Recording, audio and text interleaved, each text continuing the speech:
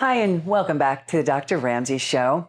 Today's the beginning of a 7-series taping that we're going to be doing for you that has to do with our practice, our specialty. We're going to go into detail about that.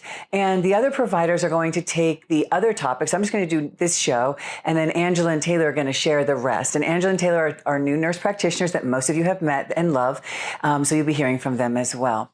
To start, this video is going to be just about why we do what we do, and also, what each hormone represents in our body. So I want to share why I do what I do. I think you know. But when I started my practice in 1996, we were the first graduating class of the Naturopathic College here in Arizona. And I was kind of doing everything and not really feeling that fulfilled until the second year of my practice when I met my teacher. And he kind of streamlined my practice into hormone replacement therapy, which is so fulfilling for me and the other two providers because it simply helps people feel that much better. Because up until, I'm going to say the age 50, it could be 45, 50, we are making our hormones abundantly. And then we can't make them. We go through menopause, we run out of eggs. We go through andropause, we don't make as much testosterone.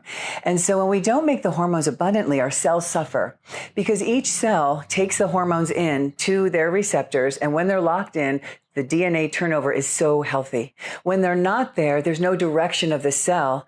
And so we start to get sick. We get Alzheimer's, we get, heart disease, osteoporosis, cancer. And these are all reduced risks with hormones. If we don't take hormones, the risks are exponential. If we do take them, they are significantly reduced. So I'm going to go through each hormone.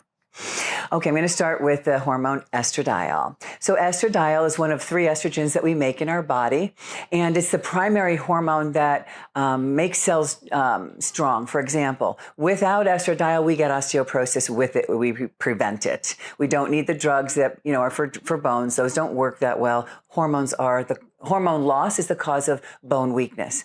Bones, hair, skin, and nails. The strength of our collagen is dependent on estrogen. So women who get bruises a lot need estrogen, maybe topically, orally as well. The reason we give oral estradiol is because it will turn on an enzyme that does 2 things that topical estradiol does not. It prevents Alzheimer's by up to 85%. It reduces the risk of heart disease up to 90% based on the study that you look at. So those are huge. Estradiol also reduces colon cancer risk, breast cancer risk, and in men, prostate cancer. So, without estradiol, we really suffer. The biggest part of our body that suffers is our brain. Without estradiol, we can't think. We can't make decisions. We lead to Alzheimer's. Estrogen. So now we're going to talk about progesterone, which is a balancing hormone of estradiol. So if we take estradiol without progesterone, we get breast tenderness and uterine bleeding, eventually leading to uterine cancer if we don't give enough progesterone. I'm very heavy-handed with progesterone. Why? It is the hormone that makes us different than men. It's our pregnancy hormone. It is what treats and calms all PMS symptoms. It's our natural sleep hormone. Progesterone also reduces anxiety. And like I said, deep in sleep, we can sleep for 8 hours on the right progesterone. Many women stop sleeping as they lose their hormones because we lose progesterone.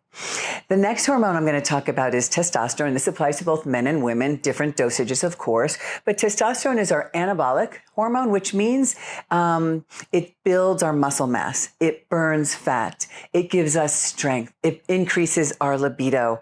It increases erectile function. In fact, if men start it young enough, they never have to worry about losing erections, as well as protecting the prostate against prostate cancer. So the 2 things we do to reduce prostate cancer risks are high testosterone levels, as well as frequent ejaculation, which I say about 3 times a week to keep that prostate muscle healthy. So those are the 2 factors that really reduce prostate cancer, even if you have a family history of it. Thyroid hormone. This is, again, for both men and women. Thyroid hormone we use almost in every patient, and most of our patients' labs are normal, not optimal. We always shoot for optimal ranges. What does thyroid do? Pretty much everything. It increases our metabolism, increases our energy, increases our mood. Thyroid also treats stagnation. This is what stagnation is in Chinese medicine, stuck energy. That's pain. Thyroid treats pain. Thyroid treats fibromyalgia. Thyroid treats dry skin. I often say to patients, I want you to increase your thyroid until you don't have to moisturize anymore. So there's not one cell thyroid doesn't affect. It increases our elimination process. So if we're constipated, it helps with that. I can go on because thyroid does everything in the body.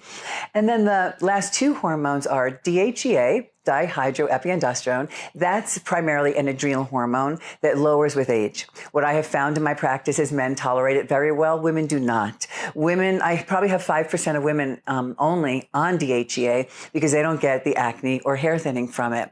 In fact, what we do with women is we optimize testosterone first. The side effects are the same, acne and hair thinning. We prevent that with spironolactone in women, not in men, and it works quite well, allowing us to take the dose that we need to feel our best. Then the last hormone that I want to talk about is vitamin D3. We should be calling it hormone D3 because it was discovered now 20 years ago. It's not a vitamin, it's a hormone, essential for immune system, reduces the risk of cancer, and it's also fabulous for prevention of getting sick. So if we take, and I take 20,000 vitamin D every single day, and in our office, if we have sick patients, I pop a 50,000 unit capsule. I know that sounds like a lot to you, but we need a lot to prevent our bodies from getting sick. It also helps with our mood. Seasonal affective disorder patients take higher doses because they really notice it improves their mood. Okay, so those are all the hormones that we prescribe. There's one more. I prescribe it rarely. I'll mention it. It's an adrenal hormone as well called cortisol or Cortef or hydrocortisone. They're all the same thing. Some people just don't make enough. And when they take it, it changes everything the way they feel because it's an essential hormone. So now, after this, the girls are going to go through each hormone individually. The first show after mine is going to be about endocrine disruptors. And that's going to be Angela Colpart, nurse practitioner. You're going to hear from her next week. And then for the next 6 weeks, you're going to hear from Angela and Taylor every other week. So thank you so much for listening. If you have any questions about this, please send them in. I'm happy to answer them. Have a great day.